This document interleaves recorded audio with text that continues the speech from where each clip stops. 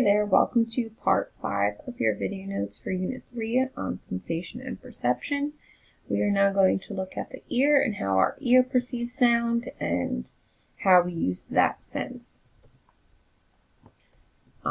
We are going to be specifically looking at the auditory system and how sounds are experienced. We're going to look at the structure and function of the ear, theories of hearing, how it's processed in the brain, and localizing sound. So first we have sound waves, which are vibrations in the ear that are processed by the hearing system or our auditory system.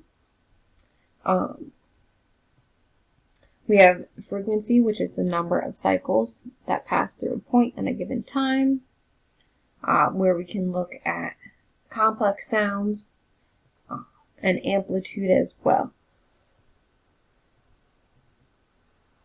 So here we have frequency, which is the period or the duration of time in one cycle of a repeating event.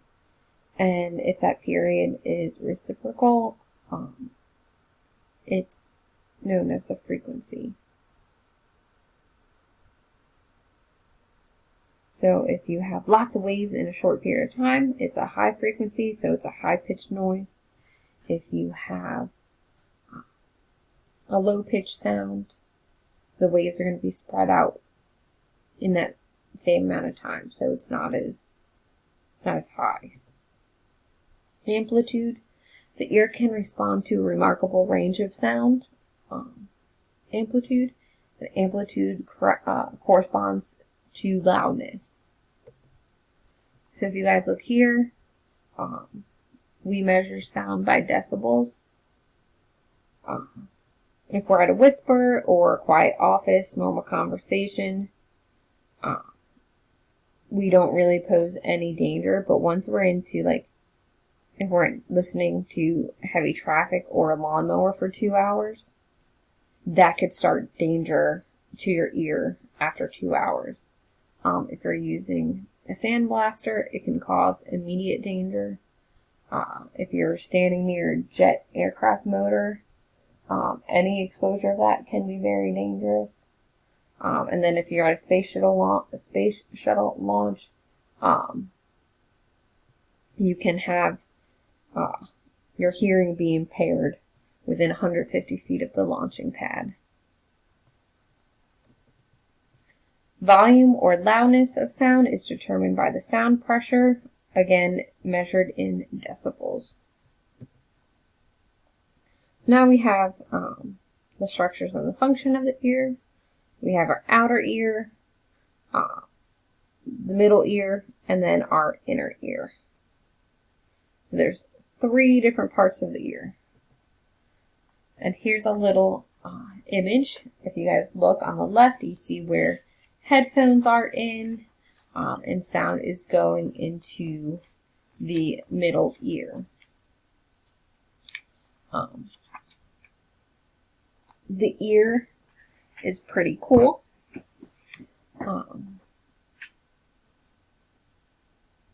And I have to give you a little teaching tip. The hammer is also known as the malleus, M-A-L-L-E-U-S. The anvil can also be known as the incus, I-N-C-U-S, and the stirrups can also be known as stapes, S-T-A-P-E-S. So we have our outer ear. Our outer ear is made up of the pinna. It is the most visible part of the ear. This collects sounds and channels them to the interior of the ear. And with some animals, they can move their ears to turn and localize the sound. The middle ear, the eardrum tympanic membrane separates the outer ear from the middle ear and vibrates in response to sound. Then you have your hammer, anvil, and stirrup, and they connect the intricately connected chain of 3 of the smallest bones in the body, which is pretty cool. And these help transmit sound waves to the fluid-filled inner ear by vibrating, and it can amplify sounds to decrease intensity to help protect the inner ear and those muscles. And then we have our inner ear, and that converts sound waves into neural impulses and sends it to the brain. Your oval window transmits sound waves to the cochlea, received from the stirrup or the stapes. Cochlea are tubular, fluid-filled structures, coiled, kind of look like a little snail.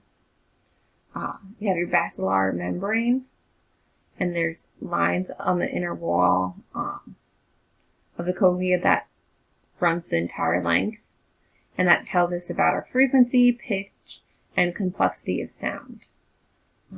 And then you have hair cells, kind of like little cilia cells, sprouted inside your ear, and these are your ear sensory receptors. Damage could lead to deafness or difficulty hearing. And then you have your tectorial membrane, and it's a jelly-like flap over your hair cells, and that helps interpret sounds as well. A cochlear implant is a small electronical device that is surgically implanted in the ear and head. And this is such an awesome device, and it has changed rapidly in the last couple of years. But it allows deaf or hard of hearing individuals to detect sound a whole lot better. One important thing though, it's way more effective the younger someone gets a cochlear implant implanted, just because they have the ability to learn more sounds that could become a safety issue. Then we have our theories of sound. We have place theory, and it's just talking about how the inner ear registers the frequency of a sound, and it links the pitch where we hear and looks where the cochlear membrane is stimulated. Then we have our frequency theory, and this is a theory on how the inner ear registers the frequency of sound, stating that the perception of a sound's frequency depends on how often the auditory nerve fires. Vallée principle is a modification of frequency theory, stating that a cluster of nerves can fire neural impulses in rapid succession. That used to never be taught, and then it was on the AP test in 2013. So just keep that in mind.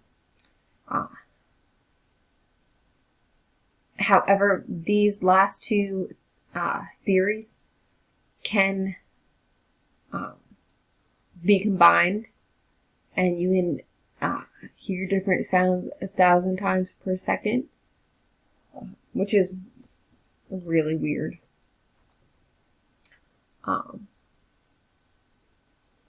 This is the last part of this note. I hope you guys have a great evening, and see you soon.